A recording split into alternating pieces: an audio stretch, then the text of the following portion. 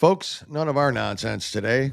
Today's special episode, we have our interview with Patricia DeGennaro. She is a geopolitical expert and has spent a lifetime in the Middle East, including Afghanistan, Pakistan, Iran, and has done U.S. Army training.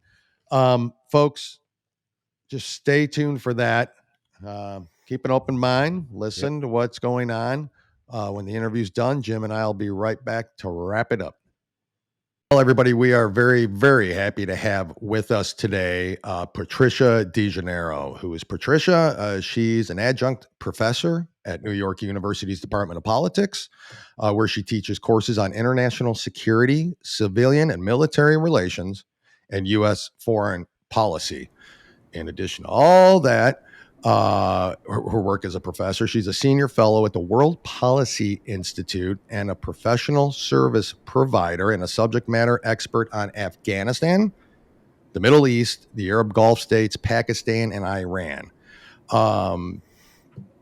She's also an expert on security, military, police, and security in general. And so, Patricia, first of all, thank you for coming on the show. We are super happy to have you on. We really want to talk about the geopolitical aspect of all of this. And for those listening, briefly, and then you can correct me, but geopolitical kind of refers to the study of how political, economic, and social factors interact with geographic factors. It also involves analyzing the relationships between countries, regions, and other actors in the global arena. I think that's kind of the Cliff's Notes version of it all. Of course, you're the expert on it, and I certainly expect you to correct me. So that's if I did miss anything, let me know. But again, welcome to the show. We're very happy to have you here. In maybe if you want to go deeper into your background or geopolitics in general, and maybe explain to our viewers and listeners a little bit more about that.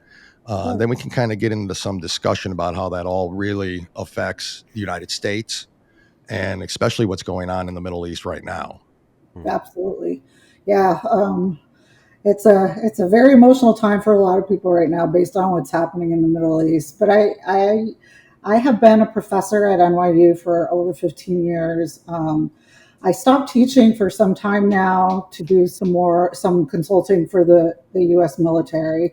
So I started doing consulting with the military right after 9/11, as you all might imagine, mostly because my geographical focus has been the Middle East for a very long time. And I was invited to Afghanistan, so I had the ability to visit there the first time in 2005. So I've been there over 11 times and been able to really spend time with Afghan people and in different parts of the country, which is not normal for most people who visit the country, who either get stuck on a military base or, are forced to stay in Kabul. I visited, lots of Middle Eastern countries. I've been in Syria, Jordan, Egypt, Gulf countries, including UAE, Kuwait, Qatar, and Oman. So, and Lebanon, and Israel, and the Palestinian territories. So at least it gives me a good vision of what's happening there in the past. And if it gives you a pretty straightforward idea about how long I've been doing this, is that I was an intern at the Middle East Peace Conference in Madrid in the early 90s. So I've been working on the Middle East for a long time. Yeah. What Fortunately, that leads me. Not sure. Yeah. So that kind of, so having done that for that long, what changes then? This wasn't even a question, but knowing the background and the history, and what changes, has there been positive changes from then till now? There remains this negative view that a lot of us have that haven't had that experience and been over there on not just, and I'll speak only because it's fresh and in everybody's mind and it's happening now, the Palestinian people. We think, at times it's like, well, they've let this terrorist group, and not that they maybe had a choice or didn't have a choice to let these terrorist groups kind of infiltrate their communities and take over. But has it changed any positively since you first went there to like what's happening now? Or is it a lost cause really at this point? Well, when I first went to Israel, I should say, not the Middle East in particular, but it was Hmm. actually a hopeful time because this was in the 2000s, early 2000s, um, before 9/11, and everybody was pretty sure there was going to be a peace deal. Yes. And I think what happens is every time we see something positive happen, we have some leader somewhere doing something negative. And negative things that are often done, which in particular at that time um, we had a presence on the Temple Mount or the Haram al Sharif, which is the mosque, and the Hmm. temple in the middle of Jerusalem. So there was if we had an Israeli leadership go to the Temple Mount and prohibit Palestinians from going there, and of course it spurred another kind of, you know, little fire into to already a very, very terrible situation or a very bad situation, and it caused the spark of the second intifada at that time. Hmm. And so everybody was so hopeful that there was going to be a peace. And then, somebody stoked the fire. Somebody has to do it on either side of the bench, right? And everything blew up all over again. And since that, I think we've just seen things go downhill and Hmm. get worse between the two parties. And part of that is, you know, this whole situation didn't start on October 7th with Correct. Hamas. This whole situation started in the early 40s with a build up of really a Jewish population that was moving in from Eastern Europe and other parts of the world in order to create a state based on fear. Correct? Hmm. So they had been, and rightfully so, fearful of the world who, put them through a terrible Holocaust, put them, continually moving them from lands, from business ownership, the horrible events that happened before that, anti-Jewish sentiment that was going on, and fear is absolutely legitimate. But I think what happened is that fear has never been eliminated. Hmm. And so it's been coalesced or confined, if you will, in a small area in the center of the Middle East. And it hasn't been good for, I don't think, either party because the situation hasn't resolved itself through the fear of the Jewish populations, and removing Palestinians does not a good, Hmm. a good colonialist make, so to speak, and we should know that as Americans, right? We've tried to colonialize people and it hasn't Hmm. worked out well. So that situation remains. And as you know, a lot of this, unfortunately, is often based on, competing religions, and that makes people emotionally um, unable to think rationally or I think Yes. critically. So when our emotions get in the way, we stop. We Hmm. stop trying to talk or trying to figure things out, and then unfortunately, this is where the result has ended Hmm.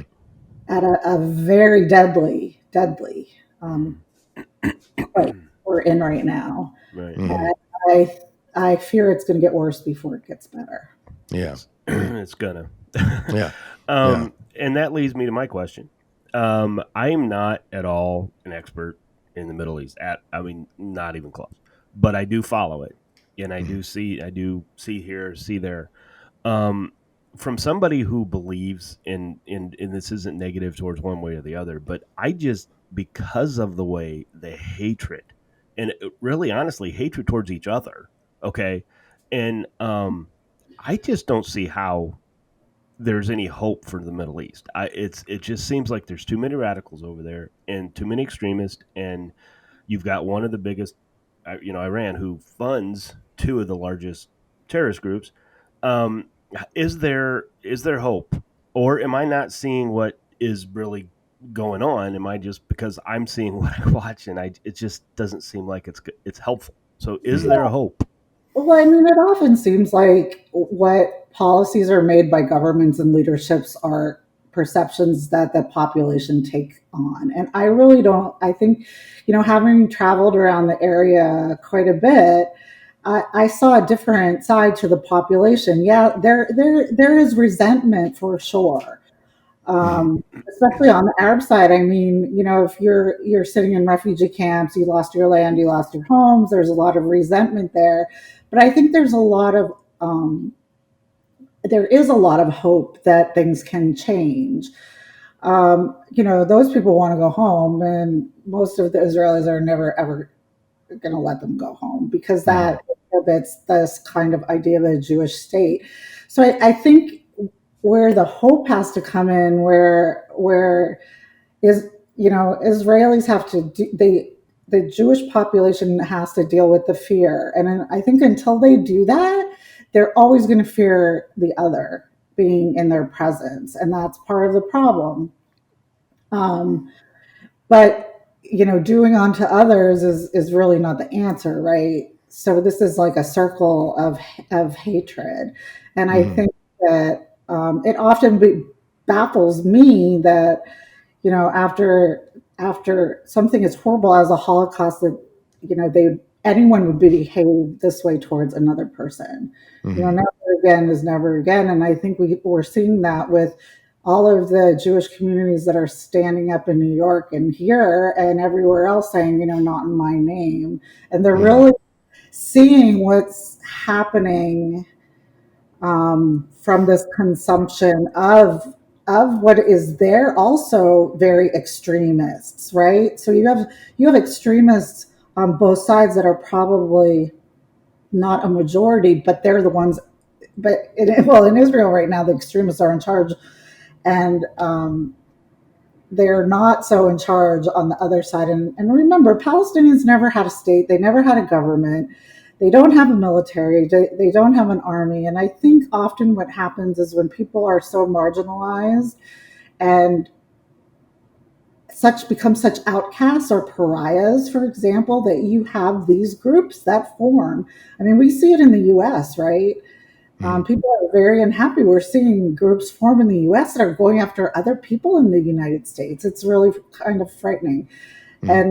And so we understand why the groups form, but getting to the foundation of fixing these grievances, some are very true, and sometimes the narratives get mixed up, and so it becomes a whole nother animal. But if we don't get to the heart of that, nothing is going to change.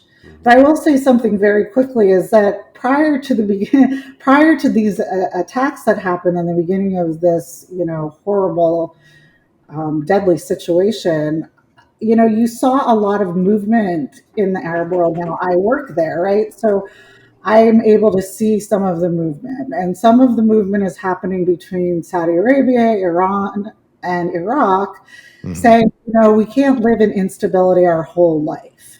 And the Gulf, and more of the Gulf countries and the United Arab Emirates included. And even Syria, we've seen some movement. We have this group who's saying we can't live in this instability. We need to be stable. We need to have our own economic foundations. We need to improve our diplomacy. And a lot of that effort was happening. And in addition to that, there has been a lot of dente between Israel and the Gulf countries as well. And I think you might see all of that fall apart now, which has been worked on for such a long time to get them at least to exchanging and having engagement, and even embassies in some of the Gulf countries. And this is just going to be, I think, a large backward step in any of that progress that was happening in the last, I would say, year or so, or several months, that the public doesn't often see. Yeah, we had heard that there was going to be some sort of, excuse me, whether it be a peace treaty between Saudi Arabia and Israel that was on the verge of happening. Israel was, they allow a certain amount of Palestinians to come over to work and all that. What this is things I've heard, so I just want to make sure I'm not spewing something that is untrue because I want to be accurate. And that they had like a limit of 10,000 and they were going to up that to 20,000. But then we hear a group like Hamas, they don't want that. It's part of their culture to hate the Jews you tell me because you are the expert in it. I am not. This is what I'm hearing. And I'm hearing it from, I think, credible sources, right? So I just want to make sure that we are correct in what we are hearing, because then you see, Patricia, and I don't want to get controversial or anything like that, but then we see, these Hamas fighters going into this music festival, right? This is what we see. We see these videos, we see these pictures, we see that kind of stuff happening. And one has to then think, well, don't the Jews have every right to, one, be fearful in general? So when you say remove the fear, it's kind of, how do they do that, right? And two, retaliate for something like that. Do they not have the right to, or should they not have the ability or the right to say, hey, wait, we can't allow that? So like you said, the fighting continues because it's a back and forth. But if it's my child that was taken hostage or something, how would I feel, right? So right. Yeah, and put that shoe on the other foot. And I'm not, that's fair. And the displacement of the Palestinian people has been going on since the early 40s. Okay, Mm-hmm. So it started by probably very more peaceful means, where people bought houses and exchanged land and things like that, until Mm-hmm. it got violent. And it started getting violent, I would say, before the state was declared. People were removing people, violently pushing people out of villages and homes and things. And that continues to this day, Mm-hmm. which, I find very unsettling. And so Gaza itself has become basically a concentration camp, right? Everybody was moved there. They put up a fence and they left them there and said, we'll decide what comes in and out. You guys, get in this little piece of land that's probably as big as like Rhode Island, maybe, or less, with 2 million people, and figure it out, Mm-hmm. And so they're very controlled there. And I think what you do see a resistance, and you have seen resistance over 70 some years now, 75, Mm-hmm. 70, 80 years, depending on really when you start looking at the influx of the Jewish immigration, or the large scale Jewish immigration in the 40s. Mm-hmm. So that's one thing. I don't think anyone hates each other. I mean, Mm-hmm. there's definitely situations where you find extremists, but I don't think every Arab in the Middle East hates Americans, and every Muslim Mm-hmm. doesn't hate a Jewish person. That's fair to say, I would think. It's not, it doesn't work like that. I think, you're seeing, or this is a resistance Mm-hmm. in a situation where I think, even most Americans can understand if they were occupied by something or someone came in. It's a resistance movement. That's, it depends which side of the road you're on, right? So Yeah. Mm-hmm. if I were an Israeli, I'd probably call them Hamas terrorists, right? If I'm a Palestinian, I'm trying to be as level as I can here without. Yeah. Oh, I get it. Being an independent. I'm trying to be independent and Sure. Yeah. You can be Sweden or Well, Sweden. So but that's fair. you're not. It's also being resident in this situation to be Sweden, because there's so many wrongs, and so many Yeah. wrongs don't make a right. Mm-hmm. And if I were in a Palestinian situation, I would call it a resistance movement. So you kind of have to think of things in the context. Mm-hmm. No one likes to be marginalized, removed from their land, have their homes bulldozed. I mean, if my child, I don't have kids, but if my child went out and threw stones at your kid, that kid would be in trouble. But Yeah. I don't think he'd probably be in trouble grounded and sitting in the house. But Mm-hmm. I don't think I'd pull out a helicopter gunship and go, use it on your child because he was throwing stones back. Yeah. And But so there's not equality in this fight. Mhm. I won't say like Hamas shoots a couple rockets and Israeli brings out the third largest military in the world. Mhm. And Hamas isn't even, it's not an equipped military. It's never has been. It so wouldn't be capable of doing that. Yeah. you're Yeah. not, I just want to make sure because when we talk about Hamas and Palestine, I think it's two different things, correct? At least I hope. Yes. Yeah. Because Hamas, I, I don't see anything good in Hamas, and if they come in and fire rockets, and they barricade themselves in the Gaza Strip under Palestinians' homes, hospitals, and all Hospitals. that, Mhm. That how has not else? been proven yet. That has yet to be proven. It's been a narrative for a very long time, and the messaging is correct, but it's not been proven yet. And I think this is where we have to be careful. I got on the phone this morning with a colleague of mine, and the first thing she said to me was this thing about the babies. And I said, that has been debunked already, so stop, because that only enrages and brings that emotion back to the future, back to Debunked, the top debunked, of where we cannot have that if we are going to solve a situation or debunked maybe. by who? Yeah, like so that's a good question. And again, please understand, I don't think we're taking a side, but I kind of No, tend to I kind of tend to sympathize with what happened to Israel in this situation. And of course, back in the 40s, and then before Christ even walked into Bethlehem, I was born, So I mean, there's a whole history here that is well beyond my scope of expertise. But as far as the debunking, who is saying it? Because we've heard that Hamas is, and again, we've heard that news comes from Hamas, which I don't feel I can trust. no. Are those the people who are telling you, hey, that's all been debunked and we didn't kidnap people and we didn't? So what is Oh, true and what isn't? I mean, it's difficult to say when you start a violent movement like this. You're definitely, yeah. I mean, hostages are kind of an issue here, and though that's usually. I'm trying not to sound like I'm okaying any of this because I'm not, but Oh, I know. Yeah, I but the can't imagine you idea, are. yeah, the other people don't always. So the idea is Well, to take the hostages to exchange them for other, Palestinians that are sitting in jail. A lot of Palestinians have been arrested and have been sitting in jail a long time with no rights, no lawyers, no mhm. anything because the soldiers decided to arrest them for something and no due process or any of that. So a lot of these movements are done to get a quid pro quo. Sure.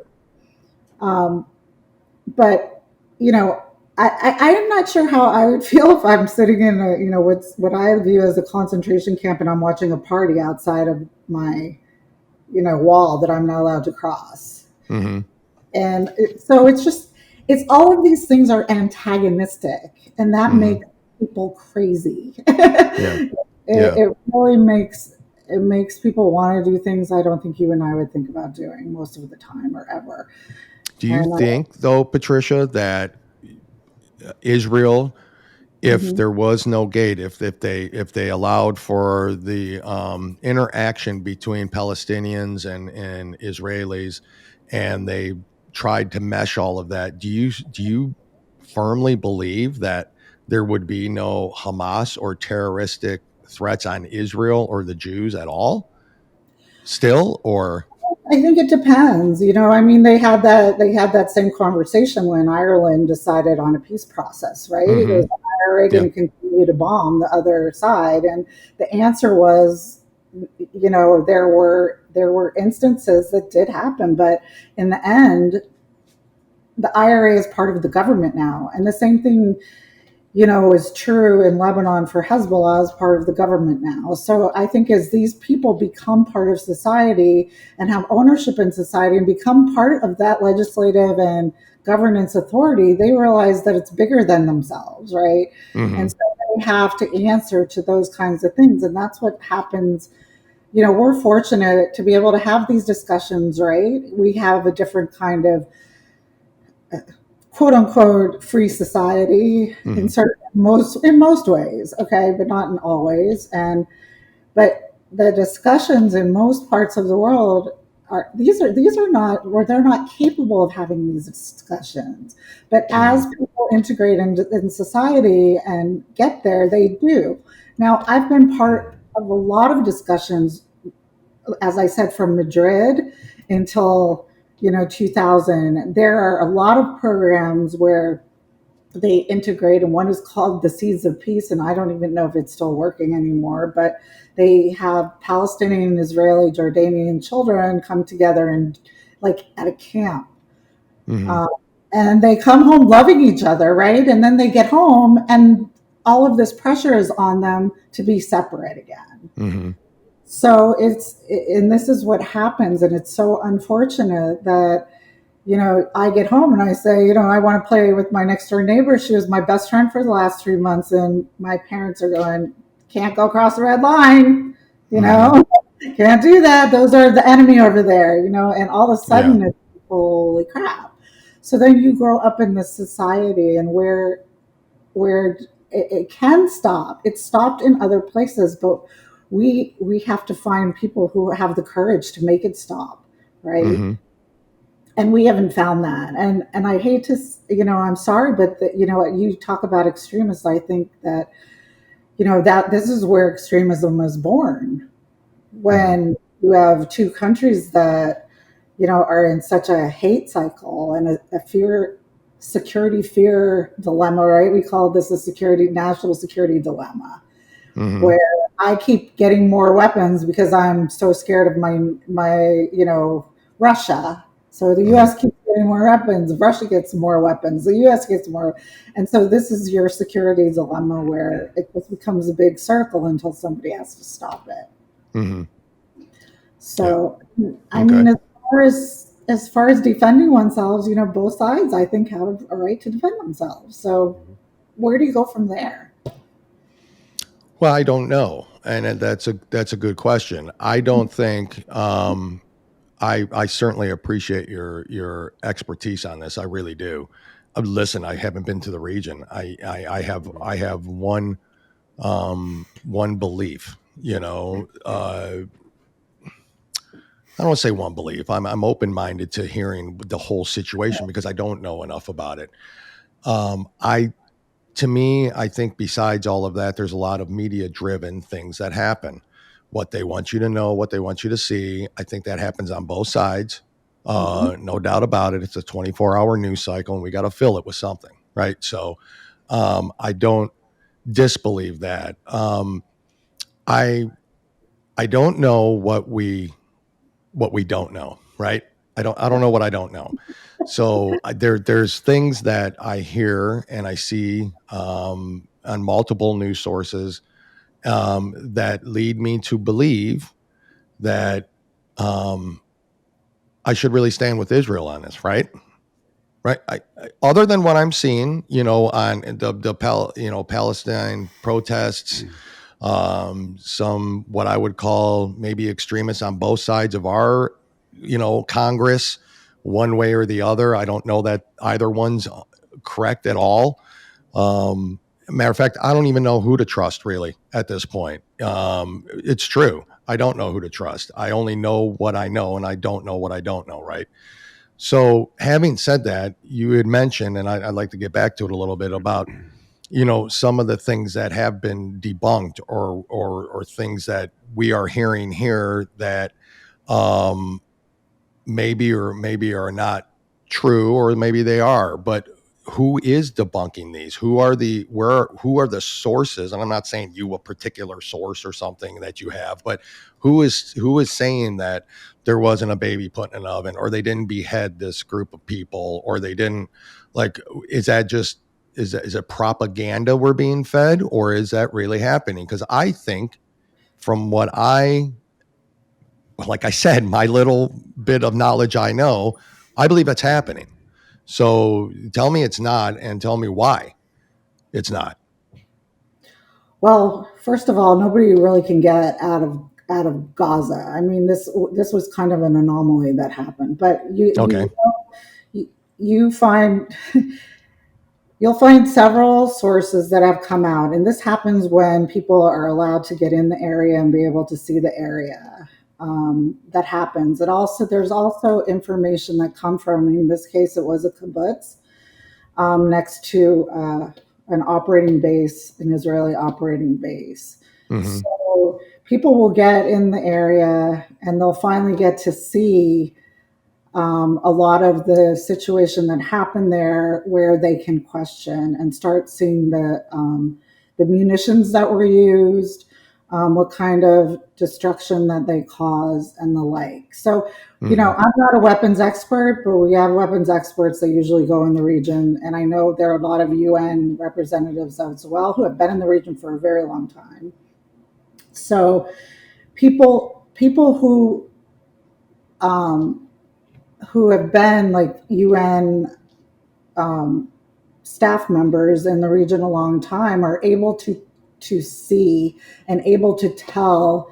If I'm working with a hospital for 20 years and I'm a UN nurse or something, I am going to figure out in 20 years whether or not Hamas has an operating center under the hospital. Okay. Mm-hmm. I don't think they're going to pull that over my head very easily, because you're not going to be able to go in certain areas. You're not going to be able to see certain things. You're not going to be able to, administrate or do your jobs in certain ways. You're going to be prohibited from being in parts of the area or going in parts of the area.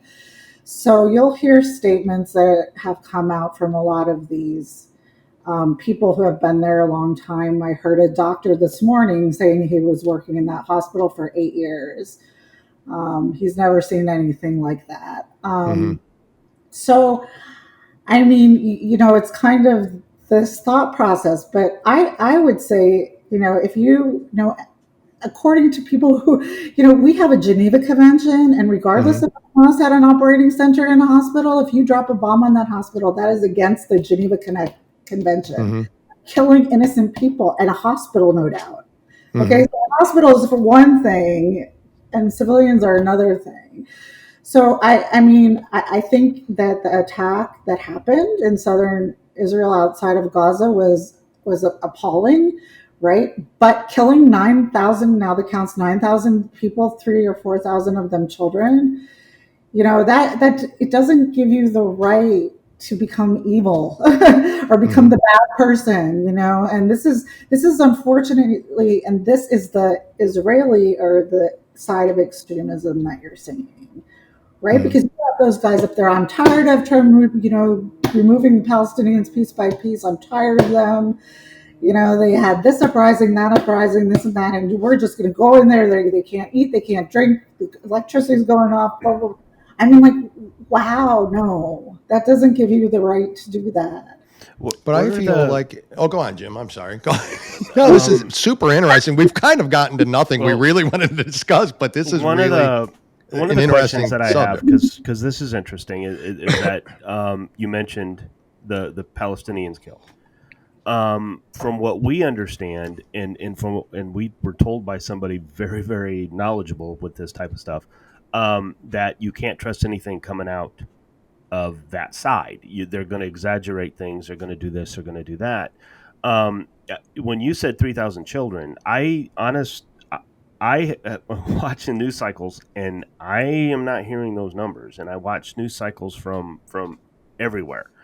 And unfortunately, I have to watch all of them because we want to talk about this. And you got to get this. Yeah, you got to get all aspects. I'm not hearing those numbers. And trust me, if there was 3,000 babies killed in Palestine, there would be, I believe, there would be worldwide attacking Israel. So I think we all need to be. See, that's the problem. We don't know what's right. and we don't know what's correct coming out of anything. But it's all we hear about, and maybe is we always hear about the Palestinians that were hurt. We don't hear about the Israelis that were killed. We just that nobody wants to talk about that. And so I don't know who's right, who's wrong. I have no idea. I'm not in there. I'm not battling anything like that. All I know is Hamas doesn't follow the Geneva Convention. I can tell you right now. This is true, and they don't follow the UN proclamations either about occupation and what they're supposed to do as an occupying power. Mm-hmm. So they don't. So neither side follows these rules. You don't, like I said, because my child throws a rock, you're going to bulldoze my house. I mean, this takes a lot of leeway from the person. And don't think that's not going to make me happy. I mean, soldiers take over houses. There are settlers that are kicking people out of houses every day and taking over land and the like. And we don't see those stories. So I think that does give us a lot of, and the stories we see are always very Israeli sided. And this is told, if you go back to the 40s, you will see probably front page stories almost daily on why it's so important to understand the state of Israel or support the state of Israel or be there for the state of Israel. And, and unfortunately, and I'll come clean on this, I'm not a religious person. I'm a very spiritual person. That's who I am. I don't believe in a lot of these Bibles, and that's my right as an American. Sure. Right. You're right. And it's my right as an American not to be forced to do any of these things. Mm-hmm. So when a lot of this becomes religious, I'm just thinking to myself, I don't believe that stuff. Mm-hmm. And it doesn't give anyone the right to kill thousands of people. It just doesn't. What happened to the commandment, thou shalt not kill? I don't know, So it's just. So my question though, Patricia, is, you talk about, I mean, I understand there's got to be an end at some point, to, like, someone's got to be the grown up in a room, right? I get that. I just, what would have happened if the Jews were able to fight back in World War II? Would the Holocaust have happened? Would any of that? And I know that's European, and that's a different region of the world. I get all that. It's kind of the same situation, right? If I confine you, if I come and I'm attacking you every day and telling you need to leave your home and you need to get out of the country because you don't have blonde hair or whatever it is, you are eventually there's going to be something inside of you, right? That they didn't have the chance to fight back, right? Because they were harassed, humiliated, moved, all of these things. And they didn't, put on trains. Their kids were put on trains to go to Europe. Okay, so there wasn't that opportunity, right? So it's not even that type of argument. It's not even an argument to have. The argument to have is that we should not let these things happen to anyone, period. I don't care what color you are, what religion you are, what anything you are, if you have purple hair, we should not let these massacres and displacements happen. This is like the last on either side, though, of colonialism, that we have in the U.S. Mm-hmm. Sorry, there's my emotion coming out. No, that's good, because it is emotional, because but because there's emotions, there's a side, and we all have it in a way. Yeah, we all have the thought process and the side to it, and because it is so emotional. And if the three of us, can't 100% agree, right? Although I literally admire you and appreciate your expertise on it. Like I said, I mean, I like the conversation, because I'm learning some things, I'm hearing some things. I may not agree with it, but it's civil and we can talk about it, and I can learn from it, and I can research and do all of that. But if the three of us are struggling, how are how will they ever not, right? I mean, there's just the ideology is so different there that if it's not massive regime changes in the entire region, and and that goes for Israel to Iran to Lebanon to Syria to if there's not how will they all ever agree to just peace and live amongst each other? How will that ever happen? Well, I think it was starting to happen, and in fact, it was exciting. Like I told you, like over the last year, you have a dente between Iran and Saudi Arabia. You know, the first in years that Yes. who thought that would have ever happened? You Correct. you had Israeli relations open with Bahrain, with the United Arab Emirates, with Qatar. You know, you have, and probably with Saudi Arabia was coming next, because those Mhm. other things never happen unless the Saudis agree with it, right? Bahrain would never Yeah. have any relations with Israel if the Saudis didn't allow it. So Mhm. this is your geopolitical nuances that you have to Please. understand Mhm. the situation and relationships between countries. So you had movement, you had somebody, you know, you had the Saudi movement forward with the Syrians saying, you know, we've had enough instability here. Okay, that gives them also, now they have a relationship with Iran. That means they can put pressure on the Iranians to stop the instability, which they did in a lot of ways, in addition to other entities who are feeding other groups in the Middle East, including Turkey, including some Gulf nations, including us. Okay, Mhm. so you have those movements that were moving forward. So you know, I mean, it's this idea of, if you have all of these positive things happening, you're going to let one negative thing spoil the whole bunch. And Mhm. policymakers should know better. You know, every policymaker that you talk to, every single one in the United States of America, probably Israel, probably, you know, and the Palestinian Authority as well. You have a lot of very knowledgeable people from the Palestinian Authority who are Christians. Okay, Mhm. Christians. They're lost in all of this. Yeah.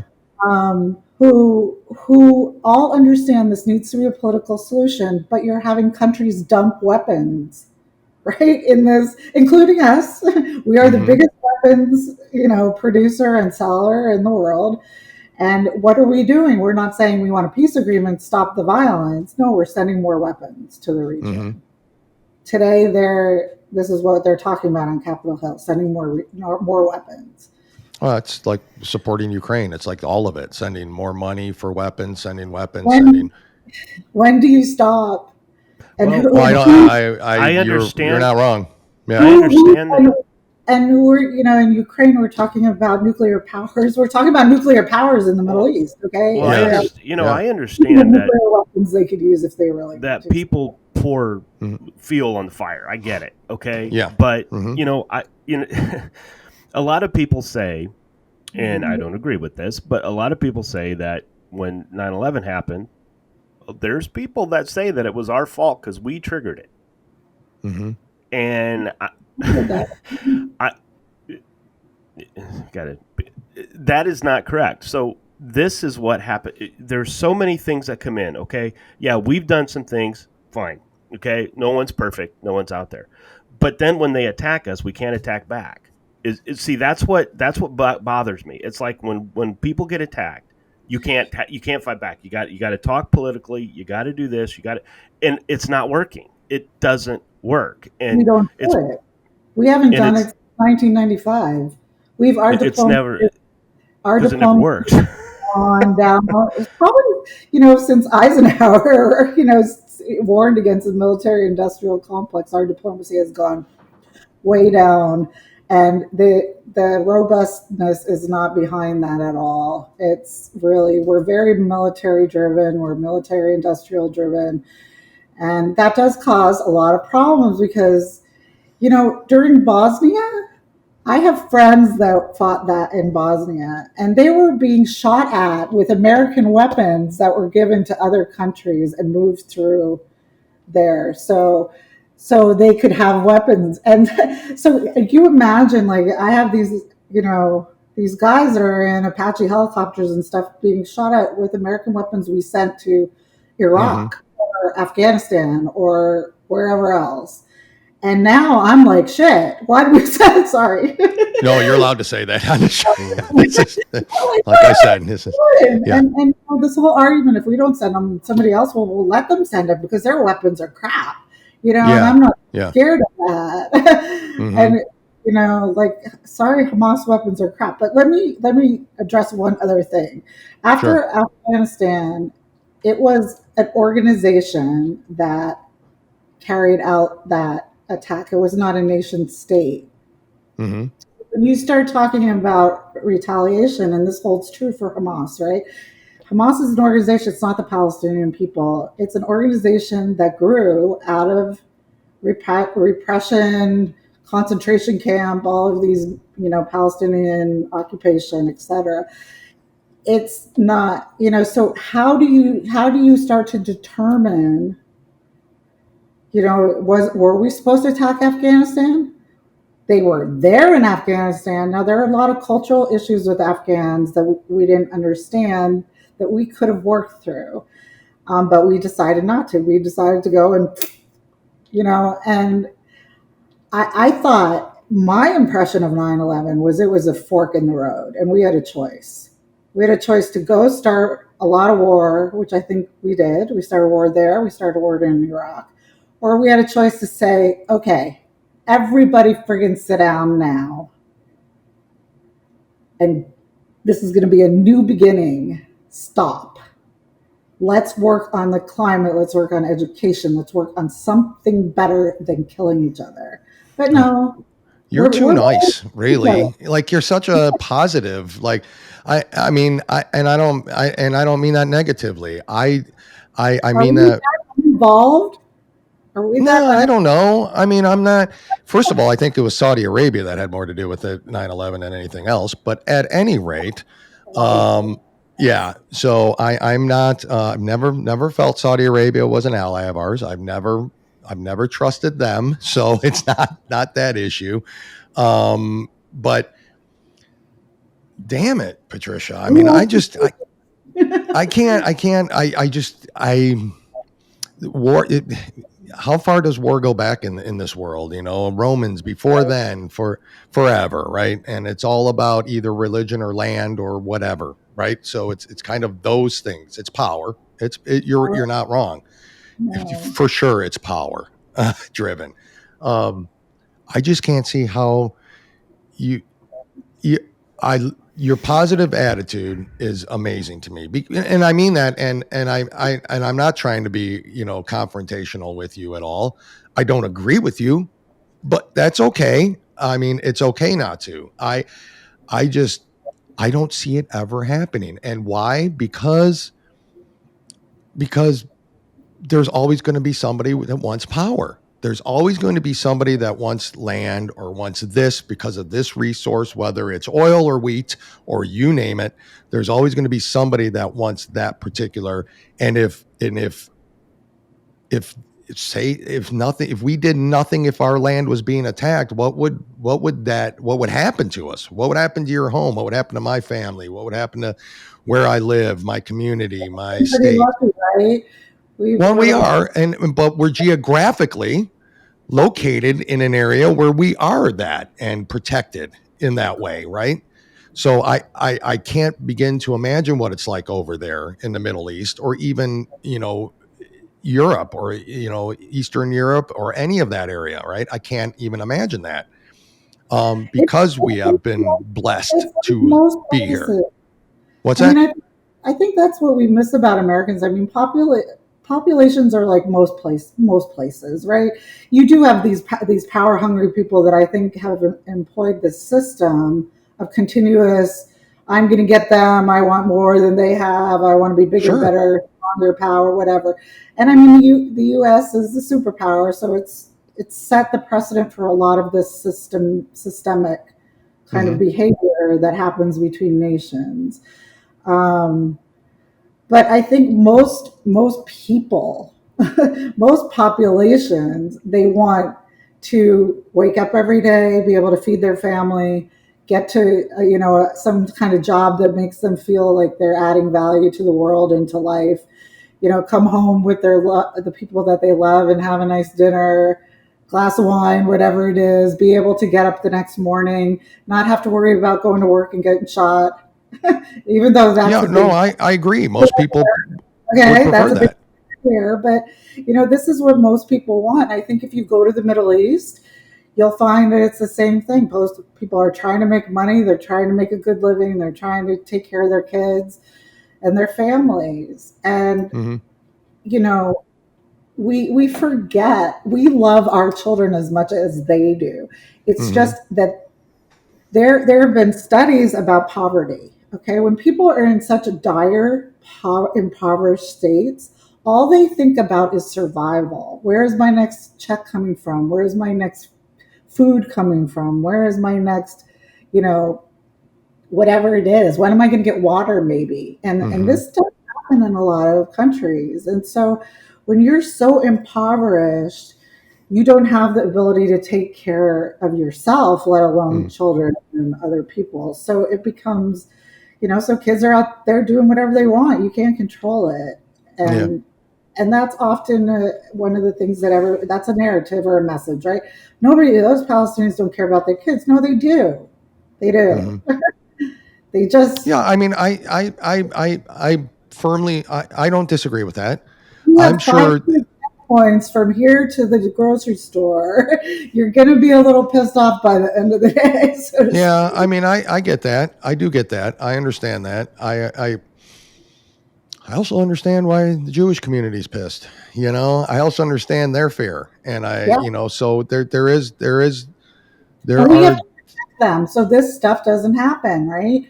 We have to protect parties that are on the margin. We protect children. Why? Because they can't take care of, they need help, right? And in this country in particular, we protect a lot of animals. Why? Because they can't take care of themselves, We have to protect these pockets of people, or if we don't protect each other, there's never going to be a change in anything. And you're right. I'm positive. The only reason, even if you don't agree with me, I will protect you. I'd rather you don't get shot. Well, I agree. Yes. And likewise. And the reason we can do that is because of a revolutionary war we won. So, I mean, there is a reason why we are a superpower, and Americans, and I will say this, that I feel that Americans are the first to want to help in general. I think by nature, we want to nurture, right? And we want to help. I don't, and I agree with you. I don't think the population across the world wants to risk dying every day they go outside, or they don't. But there's I don't know any other way to make sure that doesn't happen unless we have a police force, or unless we have rules and laws, or unless we have people abide by those rules and laws and are punished if they are not. And I don't feel, and again, I don't feel Hamas abides by a damn rule ever. I don't believe any terrorist they don't have rules. There are no rules. Yeah. They don't have a country. There's no one there to govern them. There's no rules. I did this with my class once. I had them do a scenario in Afghanistan, and I gave half of them, whatever ISIS roles, and half of them Taliban roles, and half of them, and they sat around and waited while the Western nations, while the people who had the Western nation roles all interacted and decided what was going to happen in their country. And this is indicative of what happens. Yeah. But I was like, you guys don't have any rules. Make some problems, make some trouble. Like we call it red teaming in the military, right? We red team in the military. That we get to be the bad guys, right? Yeah. I have rules when I'm the bad guy. I have rules when I'm a state and a country. Israel has rules. Palestinians don't have any. They're occupied. They don't have any rules. So how does Palestine then change that? Is it because does Palestine only change it if Israel allows Palestine to change it? Well, that's or can they do it themselves? I I think if they're allowed to do it themselves, we don't really allow nations often to do things by themselves. That's part of the problem. But I think that they would do it by themselves if Israel gave them the opportunity to do that. And does You the know, opportunity mean that you get land, or you get, land you in a state. occupy the state of Israel, or do you like They're- they would have to go back to the 67 borders to start with. That would be the right thing to do, which unfortunately means all those settlements need to get removed, but they're illegal anyway under international law. So when you're a state, you have rules and accountability, right? Yeah. So that's where it starts. And Well- I think they would surprise the world. I really do, and I think it would be a big problem in the Middle East that would give the Middle East a lot of opportunity to move forward in a different way and create different types of engagements in the world, because they don't continue to have this issue in the middle of them. And so you think then at that point, if that were to occur, that the power hungry terrorist groups would cease? Well, it would take time. It would take time, but like most places, like I talked about, the IRA stopped, right? We don't still have half of the problem in Ireland anymore. There are areas where things have changed. When I was in England, there were a lot of IRA bombings and stuff in the early 80s, I guess the 80s, and all of that stopped. So I think you'd see a lot of it stop.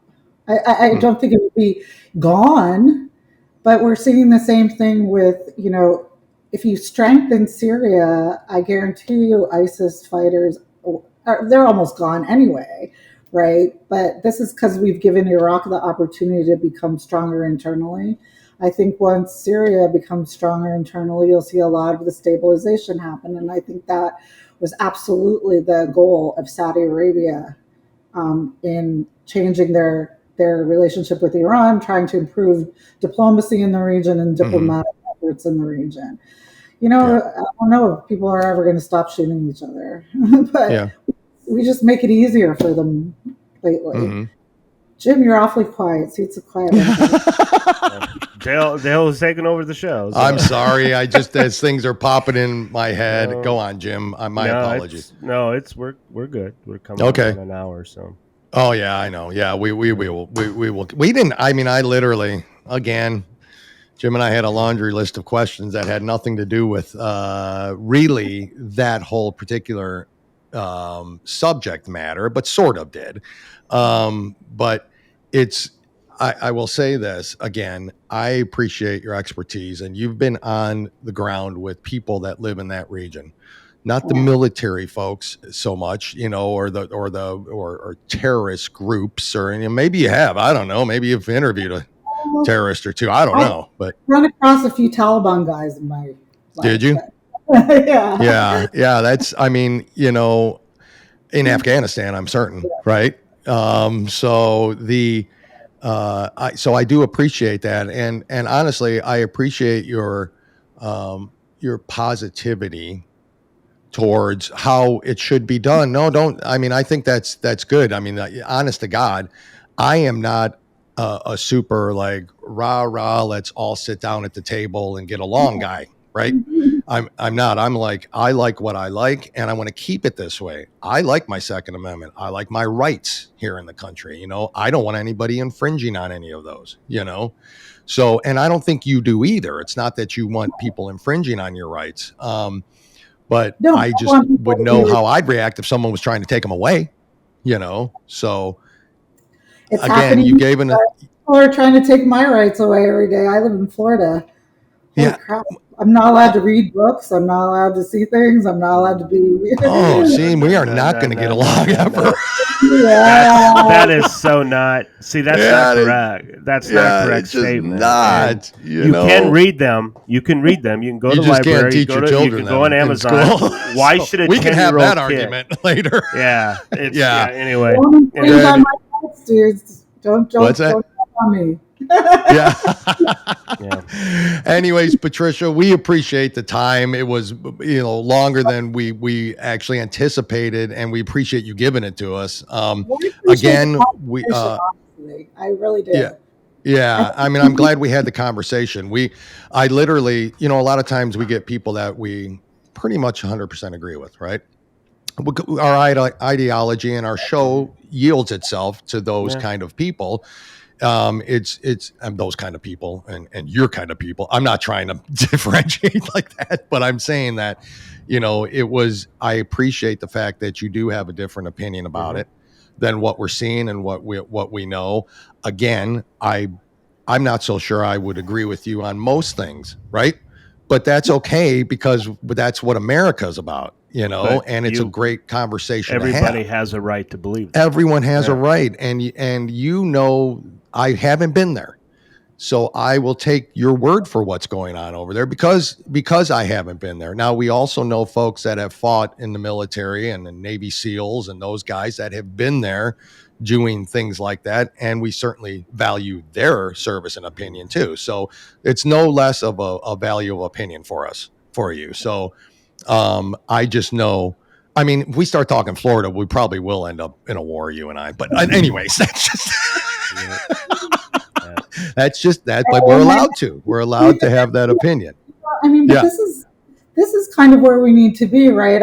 I respect your opinion, and I respect that you want to protect your right. But the only thing that I would like to do is come to some kind of way where we're not imposing each other's differences on each other, and we're protecting each other's differences. If that makes sense. It totally makes sense. It totally makes sense. Again, power doesn't lead towards that, does it? That's the problem. So, I agree. I want your rights protected as much as I want my rights protected. So it's no matter what side of the aisle you're on. And I think 80% of the United States feels that way. I do too. I do too. It's the 20 on each side.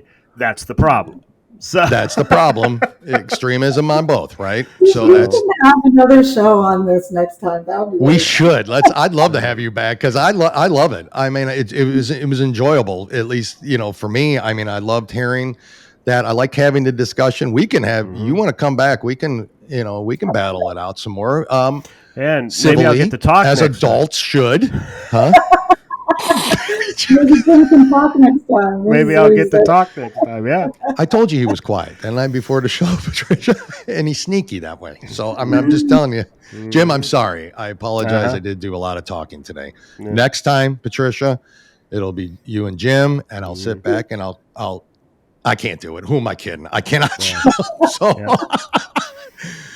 Anyways, we want to.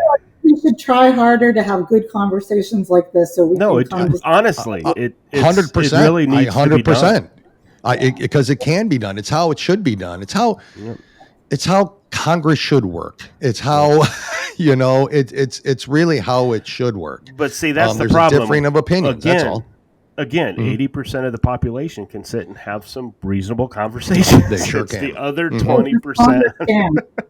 Yeah. Even though Jim and I think you're nuts. No, I'm just kidding. No, it's at all. We don't. No, I mean, look, I know a lot of people that do not believe the same things I believe. But we can have conversations, and that's the bad thing about it. It's like we feel like we can't have them anymore. And when we have conversations that. See what happens. No wonder. There he goes. So I told you, Patricia, why I don't let Jim talk. He doesn't even know what he's pushing. This is perfect podcast. I told you it won't be the most professional podcast, but it'll be most fun, honestly. Yeah.